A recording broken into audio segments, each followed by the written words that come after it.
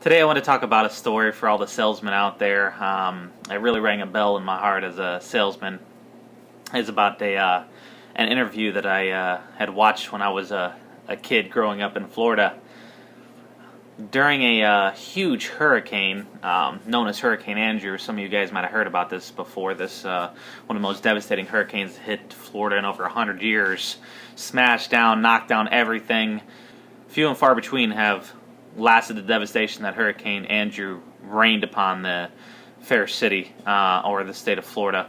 The one thing that did survive, though, they had some huge oak trees out there, and this old farmer, he had not one single one of his trees fell down. Every other tree around the area got demolished. They were split in two, thrown out in chunks, and whipped around and sitting on cars, and it was just straight devastation. But one farmer, not one of his trees fell down. So a reporter stopped by his farm and wondered, what exactly do you do to keep your trees from falling down? What kind of soil do you have? I mean, do you feed it something extra? Is there some kind of compost? What is it? And the farmer basically looked at her and said, well, there's nothing really that I do. She's like, well, do you mind if I watch your daily routine? The farmer said, yeah, no problem. He's like, first thing I do is, he said, I just walk down and prep up the trees. So first thing he did is he walked over to one of the tree branches and he cracked a branch off of there known as a whip. And some of you guys might remember that as a kid. But nonetheless, he walked by each one of the trees and he started smacking the crap out of it. Whoopsh, whoopsh, whoopsh. Hitting these little bitty baby trees back and forth, knocking all the bark off it, and just really smashing it till, there's not much left. And he'd go tree to tree to tree to tree to tree and do this.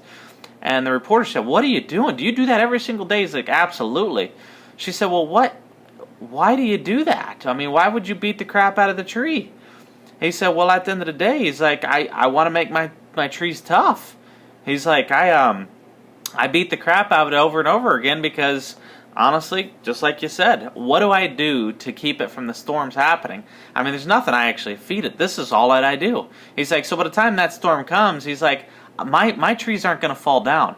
He's like, the bark on my trees are so tough from me beating the crap out of it. He said, they're unstoppable. So the moral of the story is, when you're doing sales, I want to break this down. When you're a salesman, you don't want to start as a brand new salesman. You don't want to start off in the easiest territories. You always want to start off in the tougher territories. I always noticed that I had the new salesman, I'd try to start them off in tougher territories, because what happens if I start a new salesman off at an awesome territory and get them rocking and rolling, they come in there and they knock out 10 or 15 sales the first day, 10 or 15 sales the next day, and we knock that out for a solid week, and then that great campaign seems to come to an end, and all of a sudden we stick them into a little bit of a tougher campaign, not even a rough campaign, but a little bit of a tougher campaign. The person comes out and they end up knocking out 3 or 4. After selling 10 or 15 every single day for the last 7 days, they start wondering what's wrong with them. And two things happen. They either quit or they're discouraged, and they come out the next day and then they have another bad day. And they usually quit right after that. The good ones will stay and they'll rebound from it, but out of 10 people, 1 to 2 of them will survive. Now, the second hand, if you start somebody off in a rough territory, they start off selling 3 or 4 on the first day, 4 or 5 the next day, and then 5 to 6 the next day, and they slowly but surely work their way up into a slow territory. When you take them to that phenomenal territory, instead of doing 10 or 15, they're doing 20 to 30. And they rock the house. And guess what? When you stick them back in that tough territory, they're still going to have a good day because they were well weathered, kind of like that small tree. We beat the crap out of them right up front. Boom, boom, boom, boom, boom, with all the no's, the negatives, the ins and the outs of the sales game, and got them to learn how to switch and turn the negatives around and flip this thing upside down and learn no matter how many no's you take in a day, you're going to have a phenomenal day. And we build the success ratio up of that person, and that is exactly why you want to start in a tougher territory, or start your new salesman off in a tough territory. Never ever start them in the easiest stuff, because then they get accustomed to it and you actually have bred a weak salesman. And all ships rise to the rising tide, and you're only as strong as your weakest link. So you have to decide how strong you want your team to be.